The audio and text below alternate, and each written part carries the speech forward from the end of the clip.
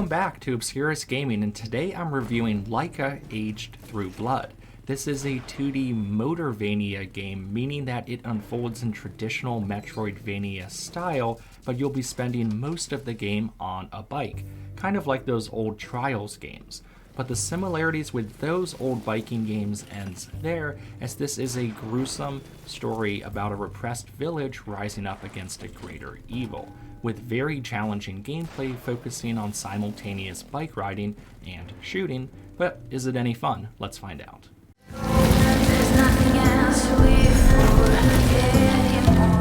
In Laika, you'll play as a mother coyote who is cursed with not being able to die. She is part of a larger tribe who are forced to live in hiding as an evil faction of birds are taking over this post-apocalyptic world. Because of her curse, she takes on a warrior role for the village, but also must balance taking care of her pup at home as well as dealing with her cynical mother. The story weaves its way through these personal mother-child relationships and other members of the village, all while taking on an increasingly challenging bird enemy. There are an even mix of gruesome and beautiful moments alike that almost feel like they should be at odds with each other, especially early on, but the characters are well written and venture into territories that most games would be afraid to talk about, making you quickly accept this unique and wonderful universe as it's presented.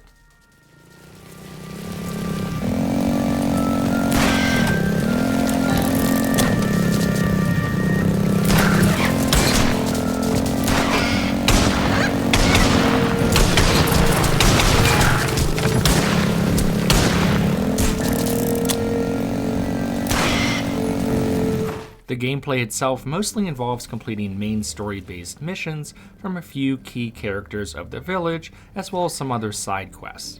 You'll often be tasked with taking down a section of enemies, defeating a boss, or with finding some important object for another character. This is how this apocalyptic world opens up, forcing you to ride into the unknown. When you do, you'll quickly come across tons of these bird enemies, and this is finally where the challenge and delight of Laika's gameplay comes into play. Besides just driving around and balancing your motorbike, you'll have to kill enemies while driving.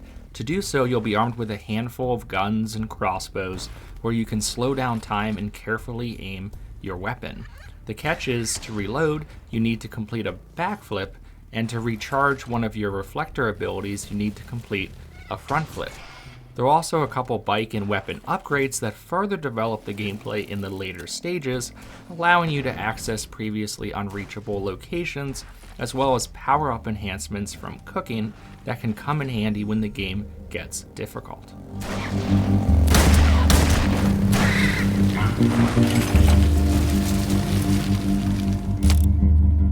So this is ultimately where the game may divide some folks who aren't ready for it. If completing a double backflip while killing 4 enemies in slow motion as you carefully land on a rock at the right angle sounds kind of challenging, well, you're right. Luckily, the game has a ton of checkpoints, often between every single group of enemies, so while you will die a lot, you will often respawn just a few seconds earlier to retry. This repetition may become numbing for anyone who struggles to adapt to the controls, but at the same time, it is incredibly satisfying to pull off aerial stunts while blasting away birds with a shotgun, and that honestly never gets old.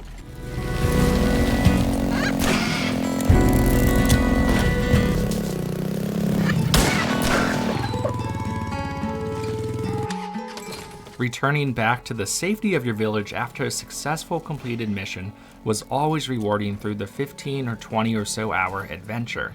It may have taken me a little longer because it took me a good bit of time to get used to the controls, so I think it's at least a 10-hour experience for those who are a little bit better at the game than I am.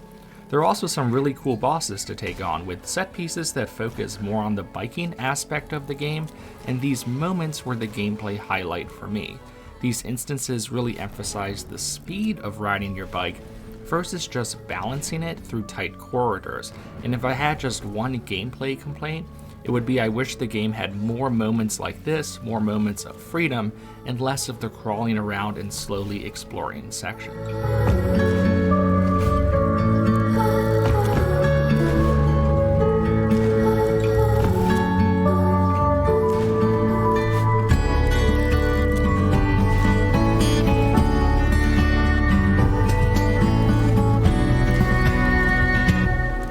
Moving on from the gameplay, Laika really shines with its story, art, and music. I won't mention any more super specific details about the story, but it goes beyond the basic seeking revenge storyline and touches on more mature themes and relationships, especially between the mother and the daughter of the main character, which I appreciated a lot. The 2D cartoony and Western art style is also wonderful, even visually striking at times. But something that stood out the most for me was the music. I would go up to the red mountain. Laika features an original soundtrack that plays over the gameplay, adding an appropriately solemn vibe. The music is intertwined with the game by being one of the items you can collect as you explore, allowing you to choose tapes of songs that you'd like to hear on your cassette player as you ride.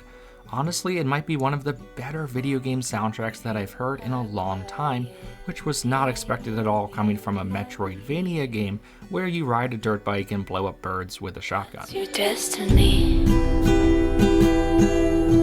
Too afraid to ask, too afraid to see. What's my destiny? My favorite song in the game is called The Last Tier.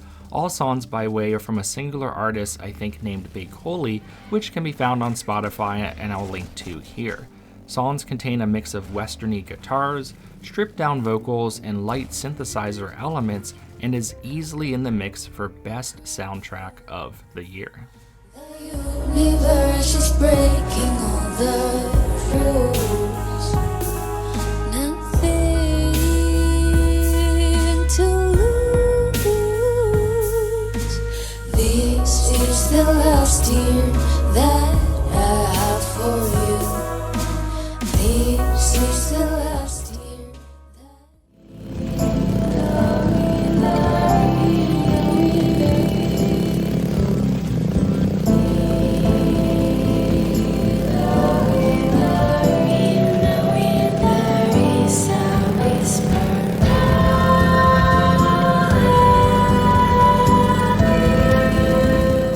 Laika is one of the most creative and original mix of genres I've played in a long time, and to my surprise it really works. The gameplay is interesting, fun, and rewarding. It reminds me of that same originality and charm of when I played Yoku, which took a Metroidvania and made an entire pinball game out of it, a game that I gave a perfect score to back in the day.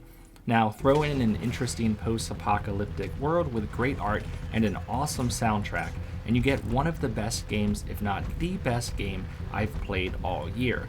The only downside is that you will 100% hit a few walls of frustration, mostly because of how challenging the game is. But even these moments usually end in satisfaction, and the game is ultimately an amazing ride from start to finish. Really quick, I did want to mention the Switch version of Laika will release in January, probably a couple weeks or so after this video comes out. But I'm worried that the game might be difficult to recommend because of the lack of analog triggers on both the Joy-Cons and the Pro controllers. For those that don't know what that means, essentially with a Pro controller, you're either pressing down the right or left trigger all the way or not at all. This doesn't really matter for a game like Mario Kart, where going full speed doesn't really matter, but a game like Laika, where you need a lot of little adjustments, if they don't actually have analog triggers, it makes it tough to do. Now with the old Trials games, they had GameCube controller support, so when you press the trigger down just a little bit, you'll move the bike just a little bit, versus just going from 0 to 100 all the way. Now that remains to be determined, so just kind of keep an eye on that for anyone looking to pick up the Switch version, but other than that, the game is a full recommendation for me, and one you should absolutely pick up.